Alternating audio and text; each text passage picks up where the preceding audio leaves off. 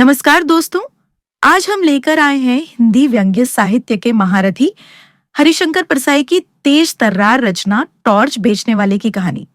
ये कहानी है दो दोस्तों की जो पहले सड़क पर टॉर्च बेचते थे, लेकिन देखते देखते उनमें से एक बन गया। ऊंचे सिंहासन पर बैठा संत, आत्मा का अंधेरा दूर करने वाली टॉर्च बेचने वाला।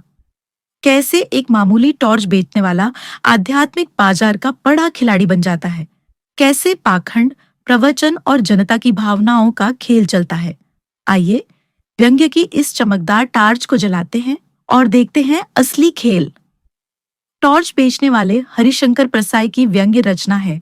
इसमें लेखक ने टॉर्च बेचने का कार्य करने वाले दो मित्रों के माध्यम से बताया है कि दोनों में से एक टॉर्च बेचता हुआ किस प्रकार संतों की वेशभूषा धारण करके ऊंचे सिंहासन पर बैठकर आत्मा के अंधेरे को दूर करने वाली टॉर्च बेचना आरंभ कर देता है, अर्थात प्रवचनकर्ता बन जाता है। दूसरा दोस्त उसके लाभप्रद धंधे को देखकर आश्चर्यचकित रह जाता है और उसका धंधा अपना लेता है। इस प्रकार समाज में ठगने भरमाने का गरिमामय धंधा चलता रहता है। इस रचना में पाखंड पर कड़ा प्रहार है। लेखक को बहुत दिनों बाद चौराहे पर टॉर्च बेचने वाला मिलता है। उसकी वेशभूषा बदली हुई थी। उसने लंबा कुर्ता पहना हुआ था और दाढ़ी बढ़ा रखी थी। लेखक उससे उसकी बदली हुई वेशभूषा के बारे में पूछता है। वह लेखक को बताता है कि अब उसकी आत्मा में टॉर्च रूपी प्रकाश फैल गया है। उसके आगे सूरज छाप रूपी टॉर्च व्यर्थ है। लेखक को लगता है कि वह दुनिया से तंग आकर संन्यास ले रहा है। वह लेखक से कहता है कि ऐसा कुछ नहीं है, एक घटना ने उसका जीवन बदल दिया है।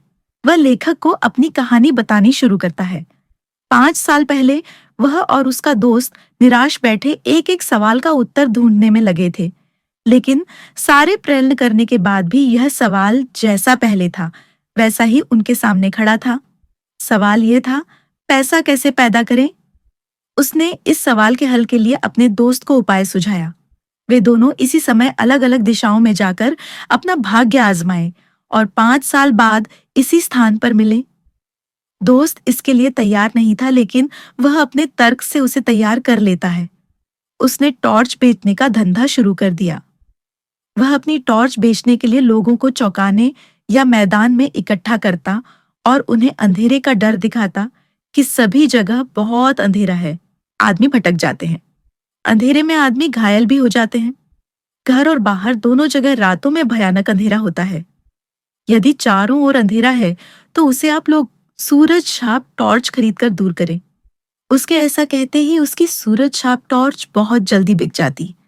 उसका जीवन आराम से व्यतीत हो रहा था। 5 साल बाद वह अपने मित्र से मिलने उसी स्थान पर पहुंचा जहां से वे अलग हुए थे। उसका मित्र वहां नहीं पहुंचा। उसे लगा कि उसका मित्र या तो उसे भूल गया है या मर गया है। वह उसे ढूंढने निकल पड़ा।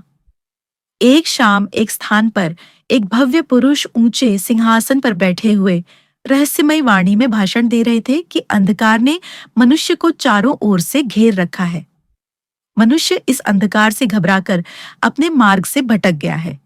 उसके मन की आंखों की ज्योति क्षीण हो गई है, इसीलिए उसकी आत्मा भय और पीड़ा से त्रस्त है। लोग उनकी बातें बड़े ध्यान से सुन रहे थे, लेकिन मुझे हंसी आ रही थी। अंत में उन भव्य पुरुष ने कहा कि तुम लोगों को इस अंधकार से नहीं डरना चाहिए। अंधकार के साथ ही प्रकाश की किरण होती है। जहां आत्मा में अंधकार है, वहीं प्रकाश की किरण भी है। वह सब लोगों से उस बुझी हुई ज्योति को जगाने का आह्वान करते हैं। उनके बनाए साधना मंदिर में आकर वे भीतर की ज्योति जगाने का प्रयास करें।